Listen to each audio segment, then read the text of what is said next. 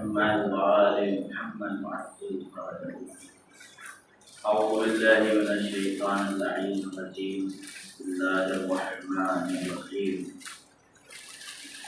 عن جابر بن عبد الله العنصاري أنه قال عن فاطمة الزهراء عليها السلام بنت رسول الله صلى الله عليه وآله قال سمعت فاطمة أنها قالت دخل علي رسول الله في بعض الأيام السلام عليك يا فاطمة وقلت عليك السلام قال إني أجد في بدني ضعفا فقلت له أعيذك بالله يا عبتاه من الضعف فقال يا فاطمة أعيتيني بالقصاع اليماني فقدتيني به فآتيته بالكساء اليماني فغطيته به فسرت أنظر إليه وإذا وجهه يتلعلو كأنه البدر في ليلة تمامه وكماله صلوات اللهم صل على محمد وآل محمد فما كانت إلا ساعة وإذا بولدي الحسن قد أقبل فقال السلام عليك يا أمه فقلت وعليك السلام يا قرة عيني وثمرة فؤادي فقال يا أمه إني أشم عندك رائحة طيبة كأنها رائحة جدي رسول الله صلى الله عليه وآله فقلت نعم إن جدك تحت الكساء فأقبل الحسن نحو الكساء وقال السلام عليك يا جداه يا رسول الله أتحزن لي أن أدخل معك تحت الكساء فقال عليك السلام يا ولدي ويا صاحب حوزي قد عظمت لك فدخل معه تحت الكساء فما كانت إلا ساعة وإذا بولدي الحسين قد أقبل وقال السلام عليك يا أمه فقلت وعليك السلام يا ولدي ويا قرة عيني وثمرة فؤادي فقال لي يا أمه إني أشم عندك رائحة طيبة كأنها رائحة جدي رسول الله صلى الله عليه وآله فقلت نعم إن جدك وأخاك تحت الكساء فدنا الحسين نحو الكساء وقال السلام عليك يا جدة السلام عليك يا من اختاره الله أتحزن لي أن أكون معكما تحت الكساء فقال وعليك السلام يا ولدي ويا شافع أمتي قد عظمت لك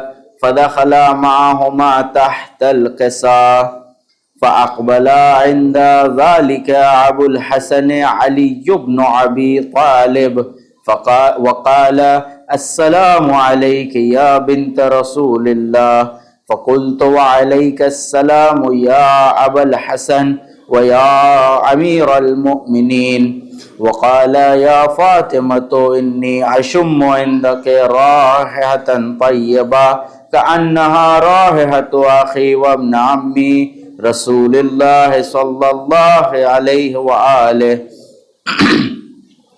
وقلت نعم ها هو مع ولديك تحت الكساء فأقبل علي نحو الكساء وقال السلام عليك يا رسول الله أتحزن لي أن أكون معكم تحت الكساء وقال له وعليك السلام يا أخي ويا وسيي وخليفتي وصاحب لوائي قد عظمت لك فدخل علي تحت الكساء ثم آتيت نحو الكساء وقلت السلام عليك يا عبتا یا رسول اللہ اتحزن لی ان اکون معکم تحت الکساء قال والسلام علیک یا بنتی ویا بضعتی قد عظمت لک فدخلت تحت الكساء فلما اكتمنا جميعا تحت الكساء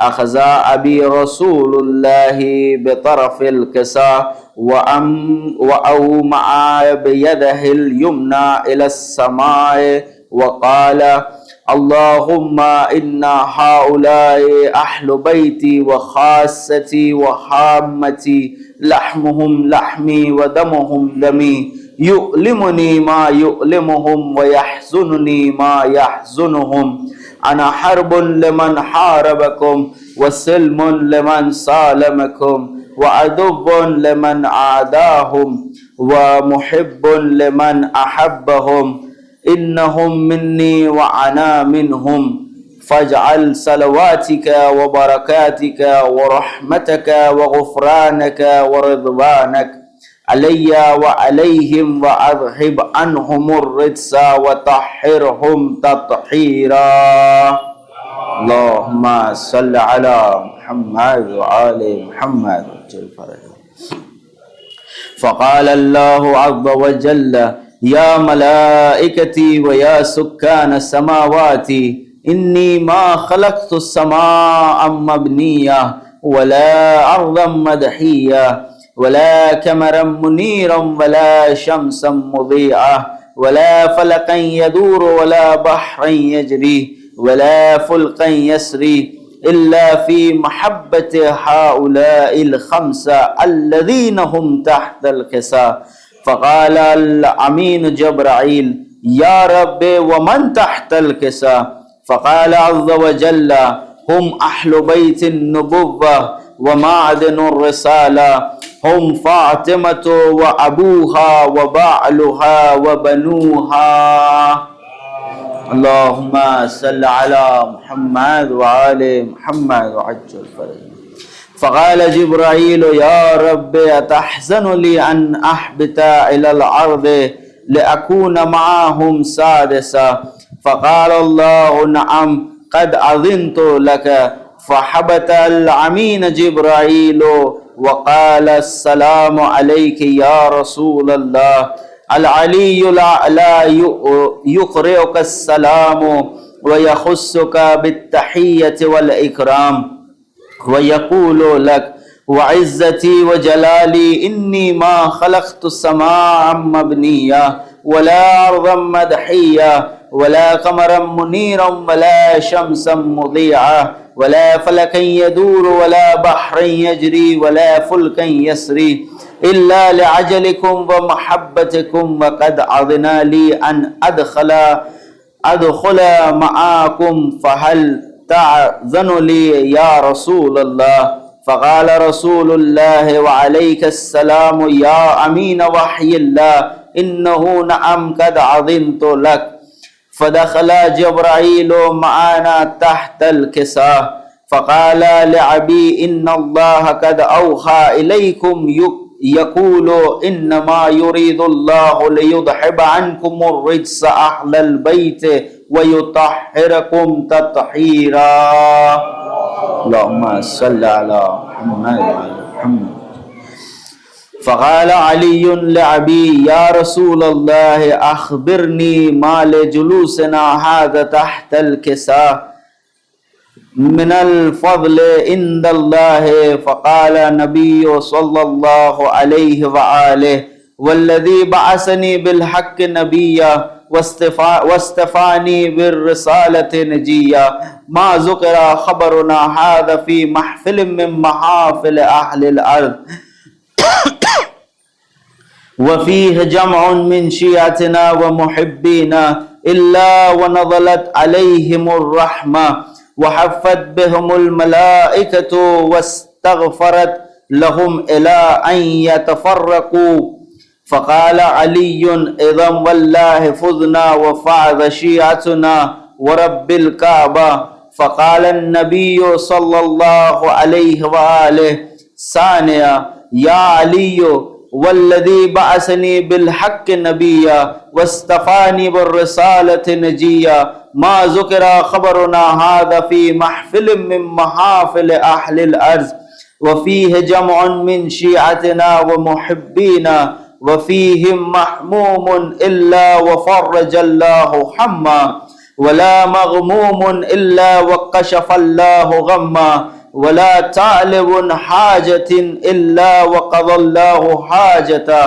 فقال علي إذن والله فضنا وسعدنا وكذلك شيعتنا فعزوا وسعدوا في الدنيا والآخرة ورب الكعبة.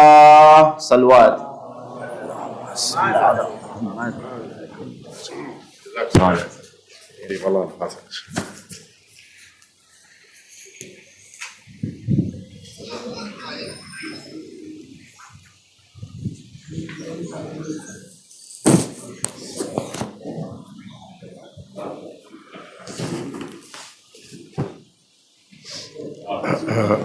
السلام علیکم، کیسے ہیں آپ؟ آگے آئیں تو مومنین آ جائیں گے آگے. آئیے حضرات، آگے آئیے آپ.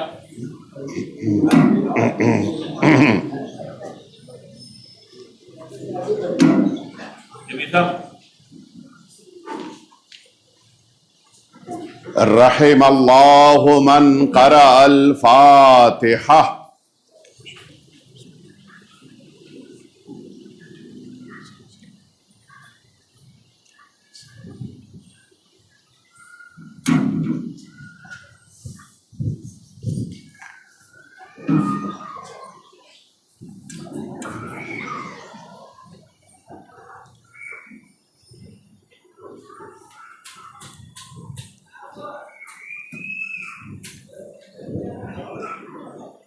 لا حول ولا قوة إلا بالله العلي العظيم. حسبنا الله ونعم الوكيل، نعم المولى ونعم النصير. أعوذ بالله من الشيطان الرجيم. بسم اللہ الرحمن الرحیم. الحمد للہ الذی لا یبلغ مدحتہ القائلون ولا یحصی نعماءہ العادون ولا یؤدی حقہ المجتہدون. ثم الصلاة والسلام والتحية والإكرام على سيد الأنبياء والمرسلين سيدنا ومولانا أبي القاسم محمد.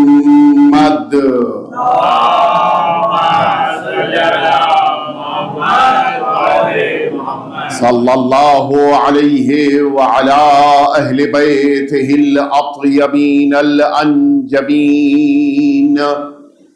الذین اذهب اللہ عنہم الرجس وطہرہم تطہیرا.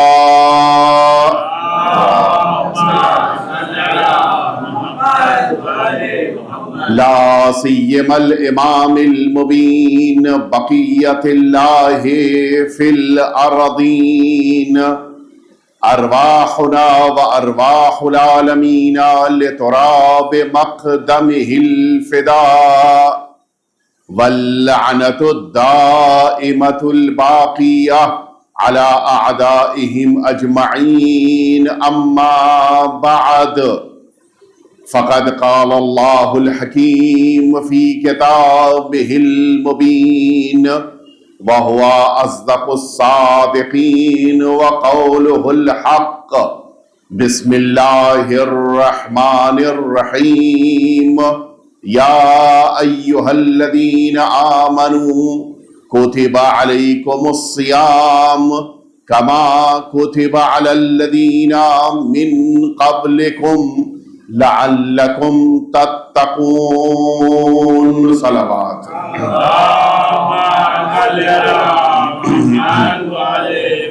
حضرات محترم، اس سے قبل کی بیان کا آغاز ہوئے التماس ہے ایک دفعہ سورہ حمد اور 3 دفعہ سورہ توحید کی تلاوت فرما کے مرحوم و مغفور سید نور السلام ابن ظہور عباس اور مرحوم و مغفور سید حسن عباس ابن نور السلام ان 2 مرحومین کو اور ان کے خاندان کے تمام مرحومین کو ایصال فرما دیں. بسم اللہ.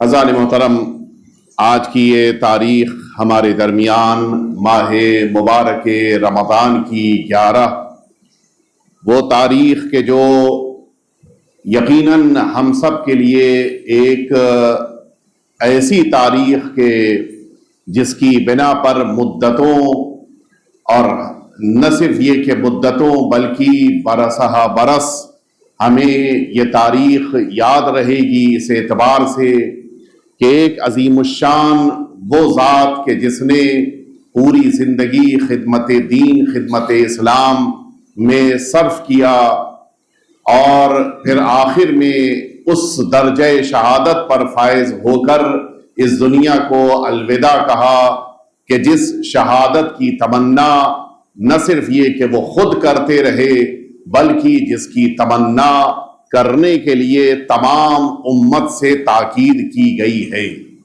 یقیناً ایک عظیم سعادت ہے کہ انسان اپنی زندگی کا نذرانہ اپنی جان کا نذرانہ اپنے پروردگار کی بارگاہ میں پیش کرے اور شہادت کے عظیم اور رفیع درجے پر فائز ہو کر اس دنیا سے رخصت ہو.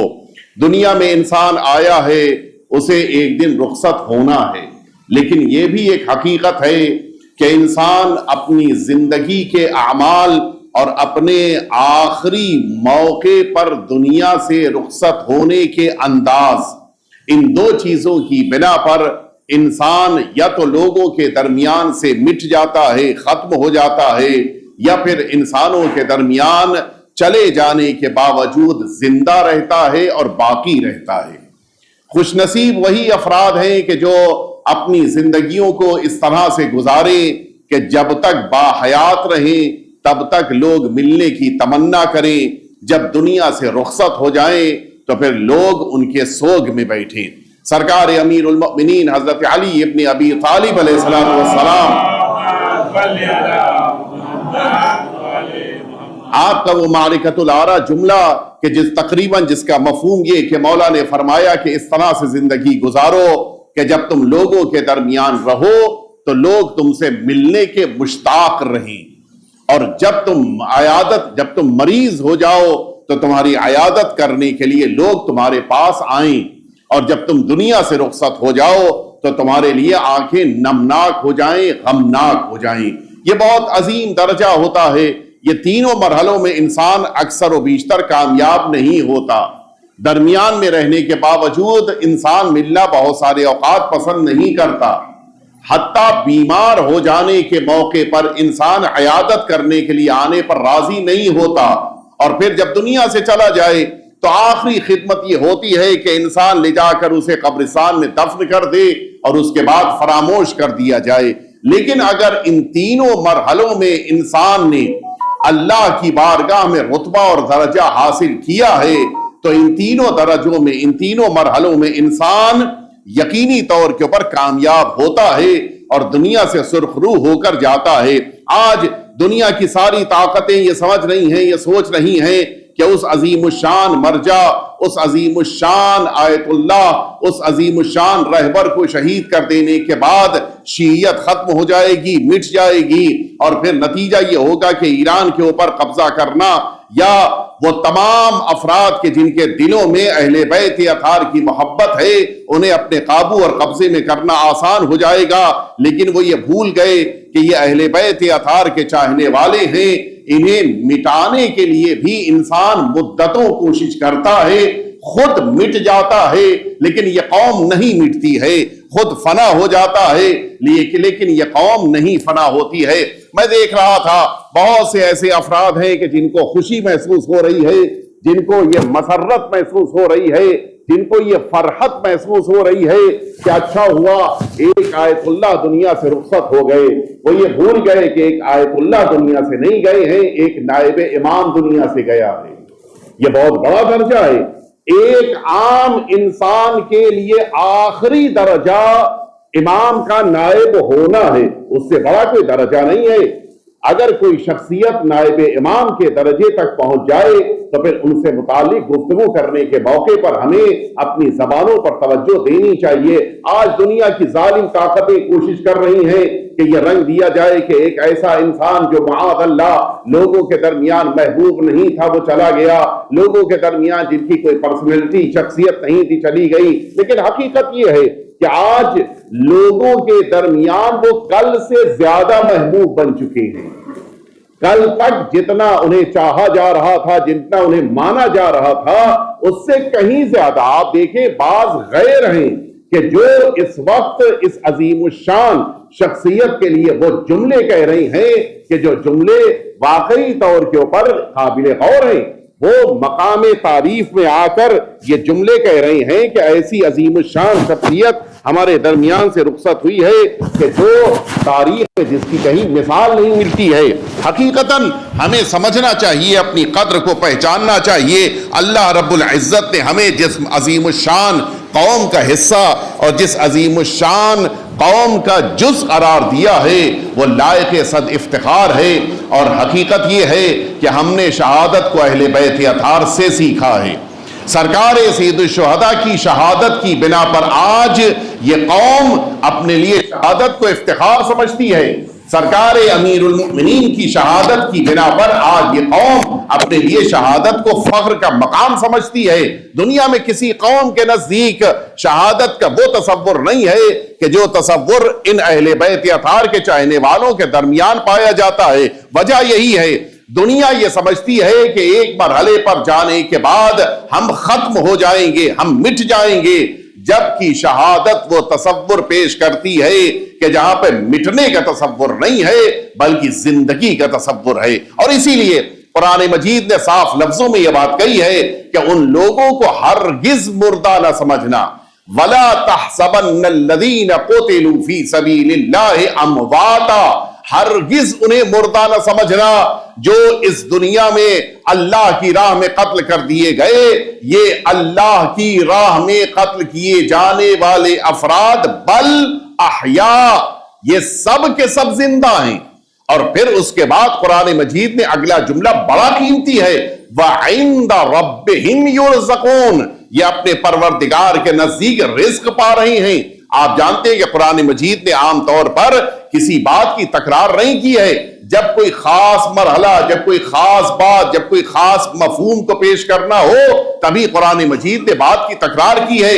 یہ مفہوم جو اس آیہ شریفہ میں ہے قرآن مجید میں 2 بار آیا ہے، ایک سورہ آل عمران میں، دوسرا سورہ بقرہ میں۔ یہ جو میں نے آیہ شریفہ پڑھی ہے سورہ آل عمران کی ہے۔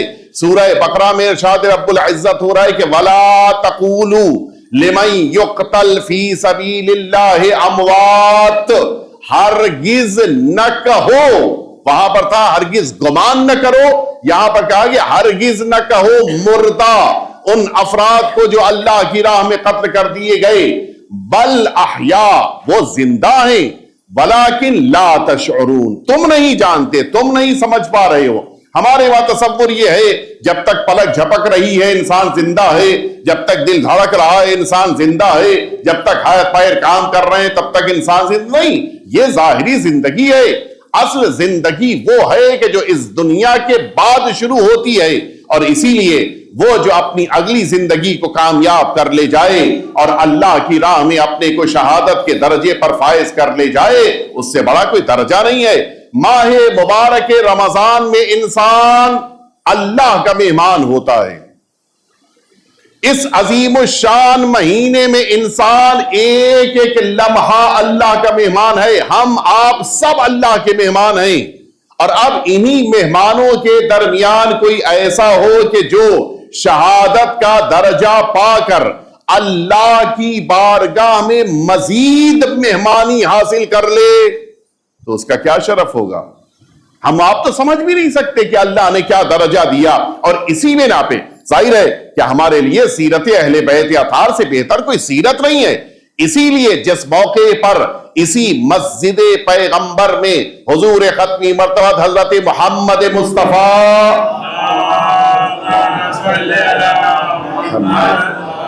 آپ نے جس موقع کے اوپر یہ جملہ فرمایا، اس ماہ مبارک رمضان کے فضائل بیان کر رہے ہیں کہ ماہ مبارک کی یہ فضیلت ہے اور یہ عظمت ہے اور یہ شرف ہے اور یہ اللہ نے رتبہ دیا ہے، ساری باتوں کے بیان کرنے کے درمیان اچانک سرکار امیر المؤمنین کو دیکھنے کے بعد رسالت مآب نے گریہ شروع کیا۔ یا رسول اللہ، گریے کا سبب کیا ہے؟ فرمائے یہی ماہ مبارک رمضان ہے کہ جس میں تمہارے سر پر ضربت لگے گی اور تمہاری یہ داڑھی، یہ جو عام طور پر خضاب کی جاتی ہے، داڑھی عام طور پر مہندی کے ذریعے سے، اس زمانے میں سب سے زیادہ رواج اسی ہینا کا تھا، مولا کے لیے فرماتے ہیں سرکار رسالت مآب کہ یہ تمہاری داڑھی تمہارے خون سے خضاب کی جائے گی۔ آپ جملے کو دیکھیں، پہلا سوال کیا ہونا چاہیے تھا؟ ہم آپ سے اگر مثلاً کہہ دیا جائے کہ مہینہ ہے، اسی مہینے میں انتقال ہونا ہے، ہم آپ کا پہلا سوال کیا ہوگا؟ کب انتقال ہونا ہے؟ کتنے دن باقی بچے ہیں؟ سال 2 سال کی مہلت ہے یا ہفتے 2 ہفتے کی مہلت ہے یا 1 دن کی بات ہے؟ ہم تو یہ پوچھیں گے کہ کب دنیا سے جانا ہے، اس لیے کہ پھر ویسے ہی تیاری کرنی ہے۔ لیکن جس کو تیاری کرنی ہوتی ہے وہ وقت پوچھتا ہے، لیکن جو ہمیشہ تیار ہو پھر وہاں تو تصور نہیں ہے۔ سرکار امیر المؤمنین نے حضور اکرم سے یہ نہیں پوچھا کہ مجھے کب شہادت ملے گی، بلکہ جملہ یہ صرف ہم لوگوں کے لیے درس ہے۔ ظاہر ہے کہ امیر المؤمنین سے زیادہ ایمان کو کون سمجھتا ہے؟ امیر المؤمنین سے بہتر طریقے سے کون اسلام کو درک کر سکتا ہے؟ مولا فرماتے کہ اے پیغمبر، آپ یہ فرمائیے کہ میری یہ شہادت ایمان پر باقی رہتے ہوئے ہوگی۔ ظاہر ہے کہ یہ ہمیں درس دیا جا رہا ہے، یعنی اصل شہادت تبھی ہے جب انسان ایمان کے ساتھ دنیا سے جائے۔ اور اسی لیے میں اکثر کہتا ہوں، یہ جو ہمارے مزاج میں ہے، ہمارے طور طریقوں میں ہے، ذرا سا کچھ ہوا، کسی بھی مسلک کسی بھی مذہب کا انسان دنیا سے گیا، اس کو ہم نے شہید کہنا شروع کر دیا۔ نہیں، شہادت کے لیے ایمان کامل ہونا چاہیے۔ ایمان کامل کے ساتھ دنیا سے اگر درجہ شہادت پا کے جا رہا ہے تب یہ انسان شہید ہو رہا ہے۔ جب رسالت مآب نے فرمایا کہ یقیناً، تو اس موقع کے اوپر امیر المؤمنین فرماتے ہیں کہ پھر مجھے کوئی فکر نہیں ہے، کوئی فرق نہیں پڑتا۔ یعنی یہ حقیقت ہے، اس ماہ مبارک رمضان کا شرف یہی ہے کہ اللہ نے اس مہینے میں جہاں قرآن کو نازل فرمایا، اس مبارک مہینے میں سرکار امیر المؤمنین کے تذکرے کو قرار دیا ہے۔ معمولی بات نہیں ہے۔ یہ 3 شبائے قدر جو ہمارے درمیان آتی ہیں، ان میں 2 شبوں میں سرکار امیر المؤمنین کا تذکرہ وہ، اور تیسری شب میں بھی قرآن کے نزول کے تذکرے کے ساتھ امیر المؤمنین کا تذکرہ بھی ہوتا ہے۔ یہ معمولی بات نہیں ہے۔ اللہ نے اس مہینے کو شرف دیا ہے۔ ذکر امیر المؤمنین کے ذریعے سے جو شب قدر بن جائے، ذکر امیر المؤمنین کے ذریعے سے جو رمضان مبارک بن جائے، اس مہینے کو اللہ نے کیا شرف دیا ہوگا کون سمجھ سکتا ہے۔ اور اسی لیے اس مبارک مہینے میں جہاں ہماری ساری عبادتیں ہوں، انہی عبادتوں کے درمیان ایک عظیم الشان عبادت ذکر امیر المؤمنین بھی ہے، کہ جس کے ذریعے سے ہمیں کوشش کرنی چاہیے کہ اپنی زندگیوں کو پر نور بنائیں۔ امیر المؤمنین کا تذکرہ نہ صرف یہ کہ انسان کے گھروں کو منور کرتا ہے، بلکہ ذکر امیر المؤمنین انسانوں کے ایمان کو جلا عطا کرتا ہے۔ یہ میں ذاکری نہیں کر رہا ہوں، ایسا نہیں ہے کہ ذاکری کے موقع کے اوپر انسان بعض جملے کہہ دیتا اور بعد میں کہا جائے کہ نہیں میں نے تو ذاکری کی تھی. نہیں، یہ روایتیں ہیں جن روایتوں میں امیر المؤمنین پر ایمان، امیر المؤمنین پر ولایت کو اختیار کرنا انسان کے ایمان کے لیے معیار اور میزان قرار دیا گیا ہے. لہذا امیر المؤمنین کا تذکرہ اس مہینے میں سب سے زیادہ ہونا چاہیے اور ہمارا حق بھی یہی ہے، اس لیے کہ اللہ رب العزت نے فرمایا ہے کہ تم سب پر روزوں کو اسی طرح سے فرض کیا گیا جس طرح سے ما قبل والی امتوں پر فرض کیا گیا تھا. یہاں پر میں واضح کر دوں آپ کے لیے قرآن مجید کی یہی آیت شریفہ جو میں نے آپ کے درمیان پڑھی کہ قرآن مجید کہہ رہا ہے کہ یا ایھا الذین آمنوا، اے ایمان لانے والو، کتب علیکم الصیام، تم سب پر روزہ فرض کیا گیا ہے جس طرح سے تم سے ما قبل والوں پر فرض کیا گیا تھا. ما قبل والوں سے کیا مراد ہے؟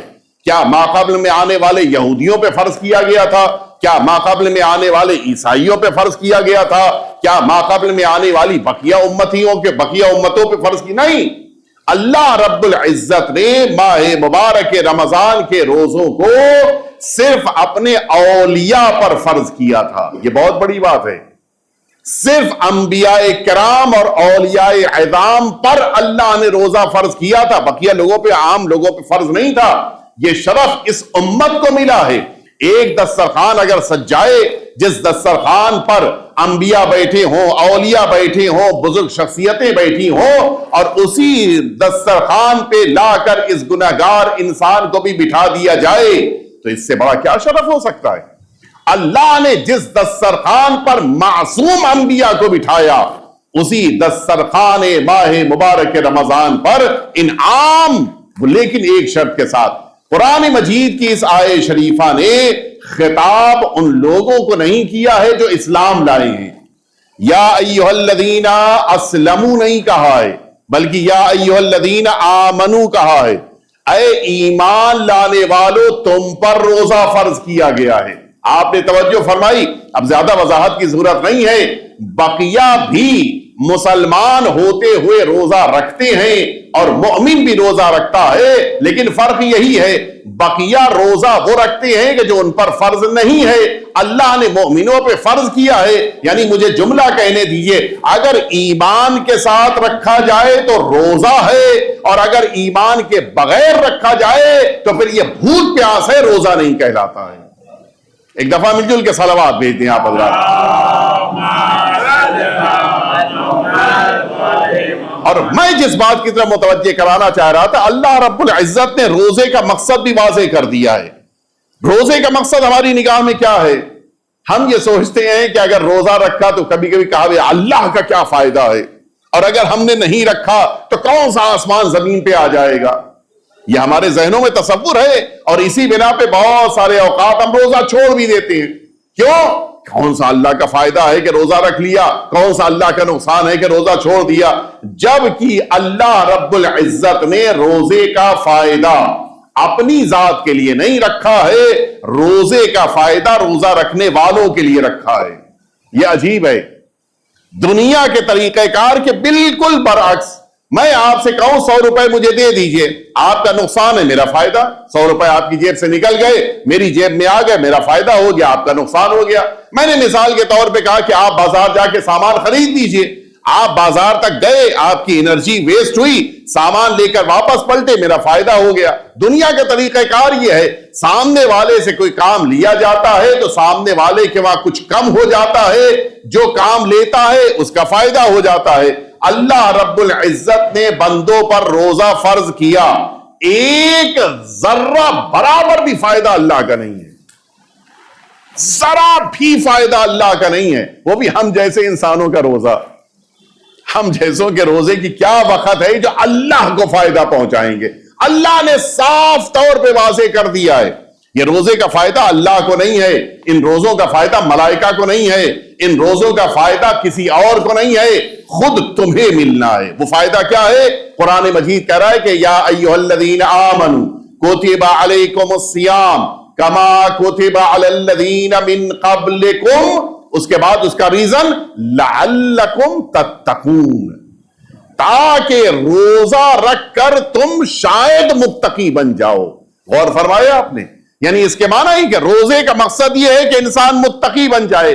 اب آپ ذرا سوچئے، ماہ مبارک رمضان کا ایک خاص رشتہ امیر المؤمنین سے اسی بنا پر ہے. روزہ انسان کو متقی بناتا ہے. اللہ نے امیر المؤمنین کو امام المتقین بنایا ہے. جب روزہ رکھ کر متقی بنو گے تب امیر المؤمنین سے تمہارا رشتہ پیدا ہوگا.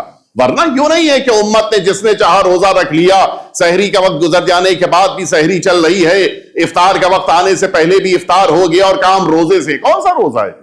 روزہ تو واقعی طور پہ ان کا ہے کہ جنہوں نے امیر المؤمنین اور اولاد امیر المؤمنین کی ولایت کو مانا ہے. اسی لیے اپنے روزوں پر ہم بہت زیادہ توجہ دیتے ہیں. متوجہ ہیں آپ؟ اللہ رب العزت نے اسی لیے چونکہ روزہ فرض کیا ہے مومنوں پر، بقیہ سے تعلق نہیں ہے. ٹھیک ہے، روزہ رکھنے کے لیے تو آپ جانتے ہیں کہ بہت سے بقیہ لوگ بھی ہیں جو اپنے اپنے اعتبار سے روزہ رکھتے ہیں اور نہ جانے کیسے وہ دین اسلام کو نہ ماننے کے باوجود روزہ رکھتے ہیں. تو ان کا روزہ یقیناً جسم کو فائدہ پہنچائے گا لیکن ایمان کو فائدہ نہیں پہنچائے گا. ایمان کا فائدہ تبھی ہے کہ جب ایمان کے ساتھ روزہ رکھا جائے. امیر المؤمنین سے روزے کا خاص رشتہ ہے. اور اب میں آپ کو لے کر چلوں، حقیقت یہ ہے کہ اس ماہ مبارک رمضان میں جتنا امیر المؤمنین کو ہم یاد کرتے جائیں گے اتنا ہی ان روزوں میں اور ہمارے ایک جان پیدا ہوتی جائے گی. معمولاً ہوتا یہ ہے کہ انسان آتا ہے ماہ مبارک رمضان میں، مثال کے طور کے اوپر کیا کرے، اب اس کے پاس کام نہیں ہے. اچھا یہ ایک توجہ رہے، سب سے بڑا کام ماہ مبارک رمضان کا یہی ہے کہ عادتوں کو توڑنا ہے. ماہ مبارک رمضان عادتوں کو توڑنے کا نام ہے. ہماری عادت ہے ہمیشہ 8 بجے بریک فاسٹ کرنے کی. ماہ مبارک رمضان میں آج کل ہمیں 5:45 سے پہلے یا 5:30 بجے ہم کو اپنے بریک فاسٹ کو لے لینا ہے. ہماری عادت تھی ہمیشہ رات میں 11 بجے رات کا کھانا کھانے کی. آج کل ہم کو 7:15 بجے 7:30 بجے کھانا کھا لینا. عادت تھی ہمیشہ ہماری کہ دوپہر کے بعد جہاں مصلے پہ کھڑے ہوئے. اچھا یہ بھی عجیب ہے، دوپہر کی نماز سے پہلے دوپہر کا کھانا نہیں یاد آتا، لیکن جیسے ہی مصلے پہ کھڑے ہوئے، نہیں آج قنوت کی دعا چھوٹی پڑھنی ہے. کیوں؟ ابھی کھانا کھانا ہے. سجدے میں جا کے لمبی دعا نہیں پڑھنی ہے. کیوں؟ ابھی کھانا کھانا ہے. یہ بار بار کھانا کھانا ہے، کھانا کھانا ہے. نتیجہ یہ ہے کہ ظہر کی پہلی رکعت سے لے کے عصر کی آخری رکعت تک کھانا تھا جو دماغ میں مسلط تھا. اللہ رب العزت نے ماہ مبارک رمضان میں انسان کے لیے دوپہر کا کھانا ہی نہیں رکھا. اب نتیجہ کیا ہے؟ اب یہ احساس ہے کہ میں اس نماز کے بعد تو فری ہوں. اب جب یہ احساس پیدا ہوا کہ میرے پاس وقت ہوگا، اب قنوت میں لمبی دعائیں پڑھ رہا ہے، سجدے میں جا کے لمبے لمبے ورد پڑھ رہا ہے، نماز کے بعد لمبی دعائیں پڑھ رہا ہے، ایک آدھ صفحہ ایک آدھ پارہ قرآن مجید پڑھ رہا ہے. کیوں؟ اس لیے کہ اس عادت کو 1 مہینے میں توڑ دیا. جب انسان عادتوں کو توڑتا ہے تب جا کے اللہ کا نیک بندہ بنتا ہے. یہ عبادتوں کی دنیا میں تب آئے گا جب عادتوں کو چھوڑ کے نکلے گا. عادتوں کو ترک کرنے کی ضرورت ہے. اور میں اس کی ایک مثال دے دوں، البتہ خدا نخواستہ کسی کی توہین کرنا مقصود نہیں ہے، کسی کے دل کو چوٹ پہنچانا میرا مقصود نہیں ہے، صرف میں مثال دے رہا ہوں. ماہ مبارک رمضان آج کل روزہ شروع ہو جاتا ہے تقریباً 6 سے کچھ پہلے، اور شام کو تقریباً 7 بجے کے آس پاس روزہ ختم ہوتا ہے. یعنی تقریباً ہم لوگ 13 گھنٹے کچھ نہیں کھاتے کچھ نہیں پیتے، اور اسی درمیان ہم ان 13 گھنٹوں میں جو چین اسموکر ہیں وہ بھی اسموک نہیں کرتے، ہے یا نہیں؟ لیکن جہاں افطار آیا وقت، اب کیا ہوا؟ اب یہ 13 گھنٹے کا صبر ایک طرف، 11 گھنٹے جو باقی بچے، اب وہ 11 گھنٹے میں 13 گھنٹے کی بھرپائی ہوگی، اور وہی مشکل ہو جاتی ہے. جو انسان 13 گھنٹے کام چھوڑ سکتا ہے وہ اگر واقعی طور پہ عزم مصمم کر لے، ارادہ کر لے، تو 11 گھنٹے بھی چھوڑ سکتا ہے. لیکن نہیں، ہم اس 11 گھنٹے میں اچھا یہ صرف بیچارے ان لوگوں کی توہین نہیں کر رہا ہوں خدا نخواستہ کہ جو سگریٹ پیتے ہیں، بقیہ کا بھی یہی حال ہے. آپ دیکھ لیجئے 13 گھنٹے بھوکے رہیں گے اور 11 گھنٹے اتنا کھا لیں گے کہ ماشاء اللہ سے. وہ جو 13 گھنٹے اگر شاید کھاتے عام دنوں میں تو اتنا نہ کھاتے جتنا 11 گھنٹے میں کھا لیا. تو یہ انسانی مزاج ہے. ان عادتوں کو بدلنے کی ضرورت ہے. ماہ مبارک رمضان میں بھوک اور پیاس، یہ ارے ماہ رمضان میں بھوکا رہنا ہوتا ہے. بھائی آدھے دن بھوکا رہنا ہوتا ہے، آدھے دن پیاسا بھوکا نہیں رہنا ہوتا ہے. لیکن نہیں، جو کھانے کا وقت ہے اس کو کاؤنٹ نہیں کرتے. جو نہ کھانے کا وقت ہے سب سے ارے ماہ رمضان میں تو بھوکا رہنا پڑتا ہے. بھائی ماہ رمضان میں کھانے کا بھی موقع ملتا ہے. ایک تحقیق میں دیکھ رہا تھا کہ نہیں پتا کہاں تک صحیح ہے لیکن کسی حد تک صحیح ہے، 100% صحیح نہیں ہے. وہ تحقیق میں دیکھ رہا تھا، اس میں لکھا تھا کہ جتنے فروٹس انسان عام دنوں میں سال بھر کھاتا ہے اتنا ماہ مبارک رمضان میں کھاتا ہے ایک مہینے میں. تقریباً صحیح ہے، بالکل 70% تو صحیح نہیں ہے لیکن ہے. کتنے ایسے افراد ہیں جو عام دنوں میں نارملی فروٹس نہیں یوز کرتے، ماہ رمضان میں یوز کریں گے. بہت سارے ایسے کھانے پینے کے آئٹمز ہیں جو بقیہ دنوں میں یوز نہیں ہوتے، ماہ مبارک رمضان میں یوز ہو رہے ہیں. اللہ نے نہ صرف یہ کہ اس مبارک مہینے میں بھوک اور پیاس کو ہم سے طلب کیا ہے بلکہ ان نعمتوں کو ہمارے لیے قرار دیا ہے کہ جو نعمتیں بقیہ دنوں میں ہم کو نہیں ملتی. میں اسی لیے یہ بات اکثر کہتا ہوں، بس آخری مرحلے کی طرف آپ کو لے کے آ رہا ہوں. اکثر اس بات کی طرف متوجہ کرانا چاہتا ہوں کہ آپ اگر غور کریں، ماہ رمضان میں کوئی بھی جتنے یہاں برادران موجود ہیں اگر جاب کرتے ہیں، کوئی ایسا نہیں ہے کہ جس کی سیلری بڑھ جاتی ہو. ہے کوئی؟ جتنی سیلری 11 مہینے ملتی ہے ماہ مبارک رمضان میں بھی ملے گی. جتنی سیلری آپ کو فروری تک جنوری تک ملی ہے وہی سیلری آپ کو اس مارچ میں بھی ملنے والی ہے. سیلری نہیں بڑھے گی لیکن ماہ مبارک رمضان میں خرچے بڑھے ہیں نہیں بڑھے ہیں؟ خرچے بڑھ چکے ہیں. اچھا یہ عجیب ہے، پورے مہینے سحری کا انتظام، پورے مہینے افطاری کا انتظام. اچھا وہ بھی افطاری اچھے قسم کی ہوگی، عام طرح سے نہیں ہوگی. وہ سب کچھ تو ہو گیا، اب تو مہینہ ختم ہونے جا رہا ہے. مہینے کے ختم ہونے پر اب تو سکون کی سانس کہ اب تو چلیے ٹھیک، اب کوئی خرچہ نہیں ہے. جیسے ہی مہینہ مکمل ہونے لگتا ہے عید کے کپڑے یاد آنے لگتے ہیں. اور یہ وہ خرچہ ہے جو بڑا خرچہ ہے. اگر 5 فیملی ممبر ہیں تو 5 کو کپڑا پہن، ایسا نہیں ہوگا ایک کرتا پاجامہ پہن لے لیا 5 نے ایک بار پہن کے نماز پڑھ لی، ایسا نہیں ہوتا. 5 ہیں تو 5 کو لینا ہے، 5 ہیں تو 5 کو نیا کپڑا پہننا ہے. کیوں ایسا ہوا؟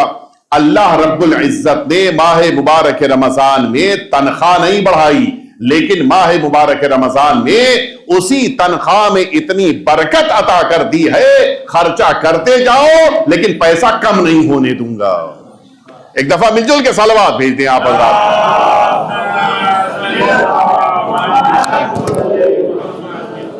حقیقت یہی ہے کہ اس مبارک مہینے میں انسان جتنا زیادہ اللہ کی بندگی کرتا جائے، اور اس کی بہترین مثال اہل بیت اطہار کے گھرانے میں موجود ہے. سرکار امیر المؤمنین کا روزہ، ہمارے چوتھے امام کا روزہ معمولی بات نہیں ہے. چوتھے امام کی سیرت میں یہ جملہ ملتا ہے، ہمارے اور آپ کے چوتھے امام سجاد علیہ السلام آپ کی شہادت کے بعد جب آپ کے گھر میں خدمت گزار کنیز سے یہ پوچھا گیا کہ بتاؤ تم نے اتنے عرصے مولا کی خدمت کی ہے، تم مولا کے بارے میں کیا جانتی ہو؟ اس نے پوچھا کہ بتاؤ، جو پوچھ رہا تھا اس سے، یہ بتاؤ مختصراً بتاؤں یا تفصیلاً بتاؤں، ڈیٹیل میں بتاؤں یا ان شارٹ بتاؤں؟ اس نے کہا دیکھو ڈیٹیل میں بتاؤ گی تو بڑا لمبا ہو جائے گا، ان شارٹ بتا دو. سنیں گے آپ اس کا جواب؟ اس نے کہا اگر مختصر سننا ہے تو مجھ سے سن لو، میں اتنے عرصے تک چوتھے امام کے گھر میں خدمت کرتی رہی، میں نے پورے سال امام کے لیے رات میں بستر نہیں بچھایا، دوپہر میں دسترخوان نہیں بچھایا.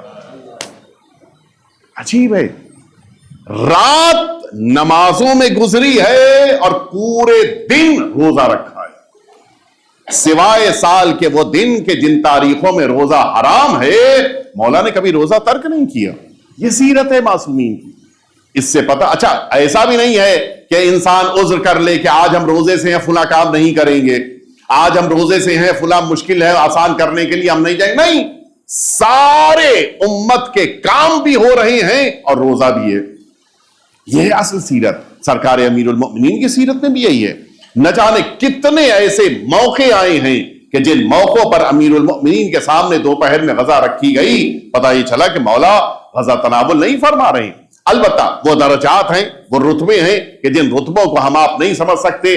بقیہ امت کے لیے یہ حکم ہے کہ جب اگر مستحبی روزہ ہو اور کوئی دعوت دے دے تو پھر تمہیں روزہ افطار کر لینا ہے۔ لیکن بہرحال اہل بیت اطہار کے درجات ہیں، ان درجات کو نہ ہم جانتے ہیں، نہ سمجھ سکتے ہیں، نہ ان درجات کے بارے میں ہمارا تصور پہنچ سکتا ہے۔ سرکار امیر المؤمنین ماہ مبارک رمضان میں درجہ شہادت پر فائز ہوئے، لیکن عجیب درجہ ہے۔ مولا نے اپنی زندگی گزار دی اس امت کی اصلاح کے لیے، حتیٰ شہادت کے بعد بھی اگر کوئی مولا کے پاس آتا ہے تو مولا کبھی ہدایت میں کمی نہیں ہونے دیتے۔ میں دیکھ رہا تھا واقعات کی دنیا میں، ظاہر ہے کہ وہ واقعات کے جو ہم سب کی زندگیوں پہ اثر انداز ہوتے ہیں ان پر تھوڑی ہمیں توجہ دینی چاہیے اور پھر ان کے ساتھ ہمیں زندگی گزارنی چاہیے۔ واقعات میں دیکھ رہا تھا سرکار امیر المؤمنین کے معجزات میں ایک معجزہ عباس عزیزی نے جو تفصیل سے لکھا ہے، میں ان شارٹ بیان کروں گا، وقت میرا پورا ہو رہا ہے، لہٰذا میں اس مرحلے تک آپ کو جلدی جلدی لے کے آنا چاہتا ہوں۔ امیر المؤمنین کی شہادت کے بعد، یہ ابھی یعنی ظاہر ہے کہ اب تو مولا کی شہادت کو بھی 1350 سال سے زیادہ وقت گزر چکا ہے۔ مولا کی شہادت کے بعد ابھی تقریباً کچھ 100 سال کے پہلے کا واقعہ، ایک مرد مومن قافلے کے ساتھ اسی سرزمین ایران سے نکلا تھا، عراق آ رہا تھا، اور یہ آپ جانتے ہیں کہ ہمیشہ سے ٹکراؤ رہا ہے ان دو ملکوں کی سرحد پر موجود افراد کے درمیان، ہمیشہ سے رہا ہے۔ وہ عراقیوں کا مزاج کہ وہ جو بہرحال جو مومن نہیں ہوتے، میں ان کی بات کر رہا ہوں، کہ جو ان کے مزاج میں ہے کہ ہم عرب ہیں اور بقیہ کو عجم سمجھتے ہیں، اور خاص طور سے ایرانیوں کو عجم سمجھتے ہوئے ان کے ساتھ زیادہ تعصب کا سلوک ہوتا تھا۔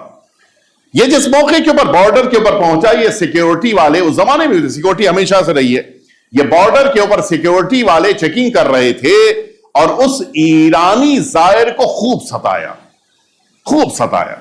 اچھا ہوتا بھی ہے، مجھے بھی یاد ہے جب ابتدا 2003 میں جب یہی ظالم حاکم سرزمین عراق کا واصل جہنم تو نہیں ہوا تھا، فرار کیا تھا، اس نے چھپ گیا تھا، اس زمانے میں ہم لوگ بھی زیارت پر گئے تھے اور اس سے پہلے بھی جا چکے تھے، اس کے دور میں تو بہت ستایا گیا تھا۔ اس کے بعد جب پہلا زمانہ آیا ہے تو آپ یقین جانیں بڑی مشکلیں اٹھانی پڑی تھی ایئرپورٹ کے بارڈر کے اوپر، ہم لوگ تو زمینی راستے سے گئے تھے، تو یہ ہمیشہ سے رہا، یہ بارڈر کے اوپر مشکلات رہتی ہی ہیں۔ اس عراقی نے خوب ستایا اس ایرانی کو۔ اچھا زیارت پہ جا رہے ہو، بڑا شوق ہے زیارت کا، اس سے پتہ چل گیا کہ وہ اپنی قوم کا نہیں ہے۔ عام طور پر یہ سیکیورٹی میں اس زمانے میں بھی اور تقریباً 2003 تک بھی اگر آپ کو یاد ہو، زمانے تک بھی کوشش یہ ہوتی تھی کہ غیروں کو رکھا جاتا تھا، غیر شیعہ افراد کو۔ بہرحال اس نے بہت ستایا، خوب ستایا، اتنا ستایا کہ آخر میں اس ایرانی نے کہا کہ میں زیارت کے لیے جا رہا ہوں۔ اچھا یہ عراقی عربی بول رہا تھا اور یہ ایرانی بھی عربی جانتا تھا، کہا میں زیارت کے لیے جا رہا ہوں، میں جا کر تمہاری شکایت امیر المؤمنین علی ابن ابی طالب علیہ السلام سے کروں گا۔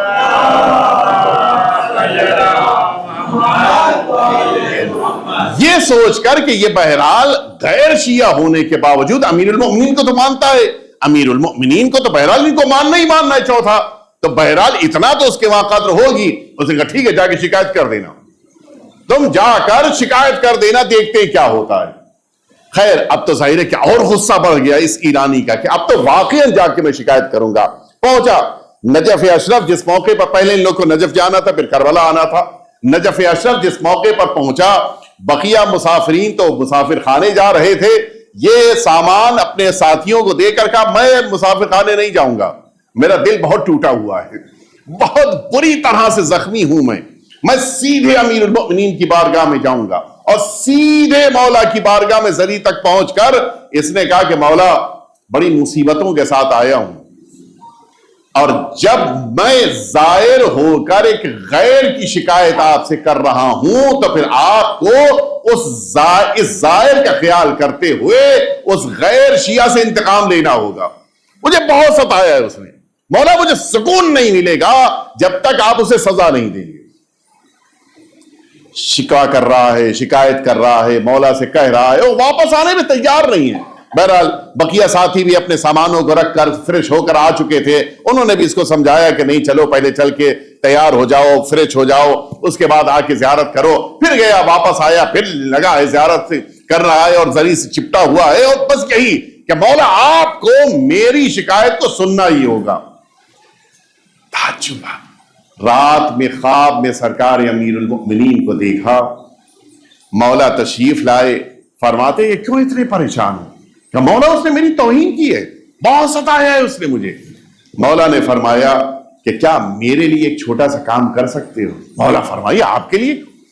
کہ تم سے میں اتنا کہہ رہا ہوں کہ تم میرے لیے اس کو معاف کر. آپ اور ہم ہوتے تو کیا ہوتا؟ وہی ہوتا جو اس نے کہا کہ مولا یہ نہیں ہوگا, اتنا ستایا ہے میں نہیں اسے معاف کروں گا, بہت ستایا ہے. مولا نے اس کو سمجھایا, نہیں مانا. دوسرے دن پھر جا کے زری سے لپٹائے. مولا آپ کو اسے سزا دینی ہے. پھر اگلے دن مولا تشریف آئے خواب میں, اور اب جب آئے تو اب ساری بات کھلی. مولا نے فرمایا کہ میں تم سے کہہ رہا ہوں میرے لیے تم اسے معاف کر دو. کہ نہیں مولا, کوئی بھی اور بات آپ زندگی کی کہہ دیے میں قبول کرنے کے یہ بات نہیں مانوں گا. کیوں آخر؟ کہ مولا اس نے بہت ستایا ہے. مولا نے کہا کہ صرف اس ایک بنا پر میں چاہتا ہوں کہ تم اسے معاف کر دو کہ اس کا میری گردن پر حق ہے. اللہ اکبر. عجیب, ایک غیر شیعہ کا امیر المؤمنین پہ حق. مولا اچھا اب سب ساری بات بالکل نر پڑ گیا. مولا میں تو سوچ بھی نہیں سکتا تھا اس کا آپ کی گردن پہ حق. کہاں اس کا میری گردن پہ حق ہے؟ کہتا ہے کہ مولا میں نے معاف کر دیا, میں اسے بھول جاؤں گا, فراموش کر دیا. لیکن مولا بتائیے آپ کے اوپر کیسے اس کا حق ہے؟ کہ ایک دفعہ وہ اپنے وطن کی طرف جا رہا تھا اور اسی نجف کے پاس سے گزر رہا تھا. وہ اپنی سواری پہ بیٹھا ہوا تھا, اپنی گاڑی پہ بیٹھا ہوا تھا. ظاہر ہے کہ وہ ایک عہدیدار انسان تھا, اپنی گاڑی پہ بیٹھا ہوا تھا. اور جب وہ نجف کے قریب سے گزرنے لگا اور اس کی نظر میری زری پر, میرے حرم کے قبے پر پڑی, وہ اپنی گاڑی سے اتر گیا. اور جہاں تک اس کی نظر کے سامنے میری یہ زری تھی, میرا یہ حرم تھا, وہاں تک وہ پیدل چل کے گیا. گاڑی والے سے کہا کہ تم گاڑی لے کے آگے چلو. یہ پیدل چل کے گیا. اس پیدل چلنے کی بنا پر جو اس نے میرا احترام کیا, مجھ پر اس کا ایک حق بنتا ہے. میں اسی حق کے لیے کہہ رہا ہوں کہ تم اس کو آج معاف کر دو. کہتے ہیں مولا میں نے معاف کر دیا, میں نے, آپ نے بتا دیا, بس اب ختم ہو گئی بات, میں نے معاف کر دیا, بات ختم ہو گئی. بقیہ زیارتیں کیا, کربلا گئے, سامرہ گئے, کاظمین گئے, بقیہ ساری زیارتیں مکمل کرنے کے بعد پھر جب یہ واپس جا رہا ہے تو اب ایک عجیب انداز سے, عجیب شوق کے ساتھ یہ زائر ایران کا واپس پلٹ رہا تھا. اور جس موقع کے اوپر بارڈر پہ پہنچا, ملا وہی غیر شیعہ, وہ جو سیکیورٹی والا تھا, بارڈر والا, وہ پھر ملا. کہ کیا ہوا, شکایت کر دی میری؟ اچھا پہچانتا تھا, سمجھ گیا, اتنا سب کچھ جھگڑا ہو چکا تھا, پہچان. شکایت کر دی میری؟ کہاں میں نے شکایت کر دی. کہ کیا ہوا, مجھ کو سزا ملی؟ کہتا ہے کہ صرف اس ایک بنا پر کہ تمہارا ایک حق امیر المؤمنین پر ہے, اس بنا پر مولا نے کہا اور میں نے تمہیں معاف کر دیا. وہ تو سمجھ ہی نہیں پایا کہ میرا کون سا حق ہے, میں نے کیا کیا ہے. کہتا ہے یہی زائر ایرانی کہ جس موقع کے اوپر تم اپنے گھر واپس پلٹ رہے تھے اور تم اس نجف اشرف کے قریب سے گزرے اور تمہاری نظر مولا کے قبے پر پڑی تھی, تم پیدل چلنے لگے تھے صرف اس احترام میں کہ یہ مولا کا حرم ہے. اس بنا پر مولا نے فرمایا کہ مجھ پر اس ایک انسان کا حق ہے, لہذا اس کے لیے میں نے تمہیں معاف کیا ہے. آپ سنیں گے وہ جو غیر تھا, صرف یہ ایک جملہ سننے کے بعد امیر المؤمنین کا ایسا عاشق بنا کہ جو اتنی اہمیت دیتے ہیں. اپنے حرم میں داخل ہونے والوں کی بات نہیں ہے, حرم کے قریب سے گزرنے والے اگر اتنی عزت دیتے ہیں مولا, تمہیں دنیا میں مولا کے علاوہ کون اتنی عزت دے سکتا ہے. ایسا عاشق بنا, سارا کام چھوڑ کے اسی وقت اس نے کہا کہ اب میں سیدھا یہاں سے جا رہا ہوں نجف، مولا کے حرم میں زندگی گزاروں گا۔ یقیناً امیر المؤمنین آج بھی ان لوگوں کو عزت دیتے ہیں، ان لوگوں کو عظمتیں عطا کرتے ہیں جو امیر المؤمنین کے لیے اپنے دل میں خاص جذبہ رکھتے ہیں۔ امیر المؤمنین غیروں کو اپنا بنا لیتے ہیں، امیر المؤمنین غیروں کے دلوں میں بھی وہ محبت ڈال دیتے ہیں کہ جو بے مثال ہوتی ہے۔ اور پھر اب یہیں پر وہ جملہ کہ جو امیر المؤمنین کی بیٹی نے اسی مہینے میں ابن ملجم سے پوچھا تھا، جس موقع کے اوپر جناب ام کلثوم کے لیے ملتا ہے کہ بابا کے اوپر گریہ فرما رہی تھی اور اسی ابن ملجم کو لا کر ایک کمرے میں رکھا گیا تھا۔ جناب ام کلثوم نے سر پہ نقاب ڈالی، آنے کے بعد کہتی ہے کہ اے ابن ملجم بتا، کیا میرے بابا نے تمہیں کوئی تکلیف پہنچائی تھی؟ کیا میرے بابا نے تجھے کوئی اذیت پہنچائی تھی؟ یہ وہ جملہ تھا کہ جو بیٹی اپنے بابا کے بارے میں پوچھ رہی ہے۔ وجہ یہی تھی کہ جناب ام کلثوم نے امیر المؤمنین کی محبتوں کو دیکھا تھا۔ وہ امیر المؤمنین کے جو دشمنوں کے ساتھ احسان کرتے ہوں، وہ کیسے ممکن ہے کہ ابن ملجم کے ساتھ کوئی ایسا عمل کہ جس کی بنا پر وہ ناپسندیدہ عمل قرار پائے؟ یہ تو ممکن نہیں ہے۔ آگے پوچھ رہی کہ بتاؤ میرے بابا نے کوئی تکلیف پہنچائی تھی؟ میرے بابا نے تمہیں کوئی اذیت پہنچائی تھی؟ پھر کیوں تم نے میرے بابا کو قتل کیا؟ اس موقع کے اوپر اس نے جملہ کہنا، عجیب جملہ ملتا ہے، اس نے جب امیر المؤمنین کے لیے ذکر کرنا شروع کیا، اس نے ان علیین کہا۔ جیسے ہی علیین لفظ کہا، جناب ام کلثوم کہتی نہیں علی نہ کہو، میرے بابا کو امیر المؤمنین کہو، یہ لقب میرے رسول نے میرے بابا کو دیا ہے، لہٰذا میرے بابا کو امیر المؤمنین کہو۔ یہ بیٹی کو کتنا پسند تھا کہ امیر المؤمنین کا نام امیر المؤمنین کے ساتھ یاد کیا جائے۔ حقیقت یہ ہے کہ یہ مہینہ امیر المؤمنین کو یاد کرنے کا بھی ہے، امیر المؤمنین کے لیے سوگ منانے کا بھی مہینہ ہے۔ یہ امت امیر المؤمنین کے بعد خود کو یتیم محسوس کرتی ہے۔ جب 19 تاریخ آتی ہے، جب 20 تاریخ آتی ہے، جب 21 کی صبح آتی ہے، ایسا لگتا ہے کہ سر سے باپ کا سایہ اٹھ گیا ہو۔ وجہ یہی ہے، امیر المؤمنین سے زیادہ محبت کرنے والا، امیر المؤمنین سے زیادہ شفقت کرنے والا اس امت کے لیے کون ہو سکتا ہے؟ محبتوں کا تو یہ عالم ہے کہ فرماتے اے بیٹا حسن، یہ دودھ کا جو تم نے دودھ مجھ کو لا کر دیا ہے، یہ میرے قاتل کو بھی لے جا کر دو۔ اتنی محبت رکھنے والے امیر المؤمنین، یہی وہ مہینہ کہ جس مہینے میں اب دنیا سے رخصت ہو رہے ہیں، عجیب عالم رہا ہوگا۔ نہ جانے بیٹیوں نے کتنا گریہ کیا ہوگا، نہ جانے بیٹوں نے کتنا گریہ کیا ہوگا، لیکن ہاں ایک جملہ ملتا ہے اسی کوفے کے لیے کہ جس موقع کے اوپر 21 کی صبح آنے سے پہلے ایک طبیب خود سے آیا تاکہ آ کر دیکھے کہ امیر المؤمنین کا زخم کتنا گہرا ہے۔ امیر المؤمنین کو دیکھنے کے بعد اب جب وہ باہر نکل رہا تھا، اپنے سر کے اوپر ہاتھ رکھے ہوئے آگے بڑھ کے امام حسن سے یہ جملہ کہتا ہے وہ طبیب، آقا اگر چاہتے ہیں کہ مولا کی زندگی بڑھ جائے، جتنا ممکن ہے مولا کی خدمت میں شیر پیش کیا جائے۔ یہ جملہ کہہ کے وہ تو نکل گیا، لیکن سنیں گے عزاداروں، کچھ ہی لمحات کے بعد دروازے کے اوپر کچھ بچوں نے آگے تک الباب کرنا شروع کیا۔ امام حسن دروازے پر آئے، عجیب منظر دیکھا، چھوٹے چھوٹے بچے ہیں، ہاتھوں میں کوزے لیے ہوئے کھڑے ہیں اور یہ جملہ کہہ رہے ہیں کہ آقا یہ ہم اپنے حصے کا شیر لے کے آئے ہیں، آقا کی خدمت میں، مولا کی خدمت میں پیش کر دیجئے۔ ہم نے سنا ہے کہ جتنا شیر پیش کیا جائے گا میرے مولا کی زندگی بڑھ جائے گی، ہم اپنے حصے کا شیر لے کے آئے ہیں۔ عزاداروں عجیب مرحلہ ہے، امام حسن کی آنکھوں میں آنسو آ گئے، ان بچوں کو سمجھا کے رخصت کر دیا۔ میں کہوں گا آقا ان بچوں سے ایک وعدہ اور لے لیجئے، یہ سن 40 ہجری ہے، سن 61 ہجری میں ایک قافلہ اسی سرزمین کوفہ پہ آنے والا ہے، جس قافلے کا عالم یہ ہوگا بچے اتنے پیاسے ہوں گے زبانیں خشک ہو چکی ہوں گی، گفتگو کے لیے توانائی باقی نہ بچے گی۔ اے آقا ان بچوں سے وعدہ لے لیجئے کہ جب سکینہ کوفے میں آئے، جب امام باقر کوفے میں آئے، جب یہی اہل حرم اسیر ہو کے کوفے میں آئے تو یہی بچے جو 20 سال کے بعد جوان ہو چکے ہوں یہی پانی لے کے خدمت میں حاضر ہو جائے۔ لیکن سنیں گے عزاداروں، اس کوفے میں سارا مجمع موجود تھا لیکن پانی پیش کرنے والا کوئی نہ تھا۔ آواز دی جا رہی تھی علی اور اولاد علی کو پانی ہم نہیں دے سکتے، ان سبھی کو پیاسا رکھا جائے گا۔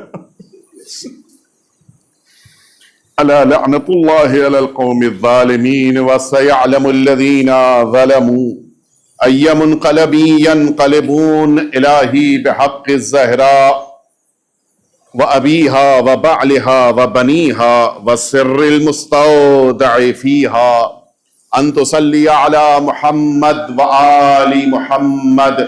پروردگار ہم سبھی کے آقا اور مولا کے ظہور میں تعجیل فرما، پروردگار ہم سبھی کو آخری امام کے خدمت گزاروں میں شمار فرما، پروردگار وہ عظیم الشان شخصیت کے جن کی شہادت واقع ہوئی، پروردگار ہمارے رہبر معظم کے درجات کو بلند سے بلند تر فرما، پروردگار مملکت ایران کی حفاظت فرما، پروردگار دشمنوں کے شر سے اس ملک کو، ان تمام شیعوں کو محفوظ فرما، پروردگار شیعان حیدر کرار دنیا میں جہاں جہاں بھی ہیں ان سبھی کی جان مال عزت آبرو کی حفاظت فرما، پروردگار وہ تمام مؤمنین اور مؤمنات جو بیمار ہیں ان سبھی کو شفائے کامل و عاجل عطا فرما، جو مؤمنین اور مؤمنات اس دنیا سے اٹھ گئے، بالخصوص یہ 2 مؤمنین کے جن کے اصال ثواب کی مجلس ہے، پروردگار ان سبھی کے درجات کو بلند سے بلند تر فرما، ان تمام مرحومین کو اہل بیت اطہار کا مہمان قرار فرما،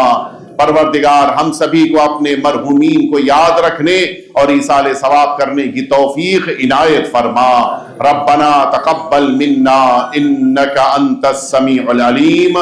آپ سبھی حضرات سے التماس ہے 1 دفعہ سورہ حمد اور 3 دفعہ سورہ توحید کی تلاوت فرما کے مرحوم مغفور سید نور السلام ابن ظہور عباس، مرحوم مغفور سید حسن عباس ابن نور السلام، ان 2 مرحومین کو اور ان کے خاندان کے تمام مرحومین کو ایصال فرما دیں۔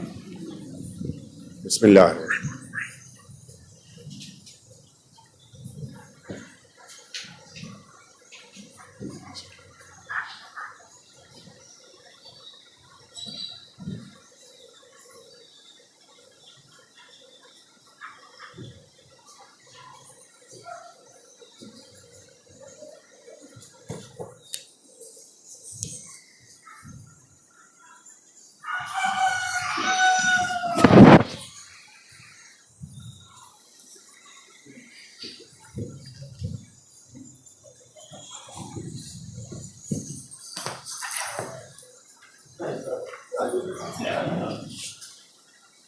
دیانت کے لیے متوجہ صلی اللہ علیہ یا رسول اللہ، السلام علیک یا محمد ابن عبد اللہ، السلام علیک یا امیر المؤمنین، السلام علیک ایتھا الصدیقۃ الشہیدہ، السلام علیک ایھا المجتبی یا حسن ابن علی، السلام علیک یا ابا عبد اللہ، السلام علی الحسین وعلی علی ابن الحسین وعلی اولاد الحسین وعلی اصحاب الحسین، خصوصاً سیدی و مولاي ابی الفضل العباس ورحمۃ اللہ وبرکاتہ۔ السلام علیک یا غریب الغرباء یا ابا الحسن یا علی ابن موسیٰ الرضا، السلام علیک وعلی آبائک السبع، السلام علیک وعلی ابنائک الاربع ورحمۃ اللہ وبرکاتہ۔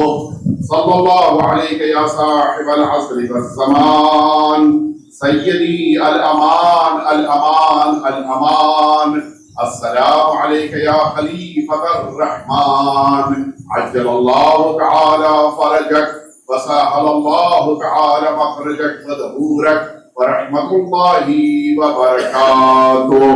اللهم صل على محمد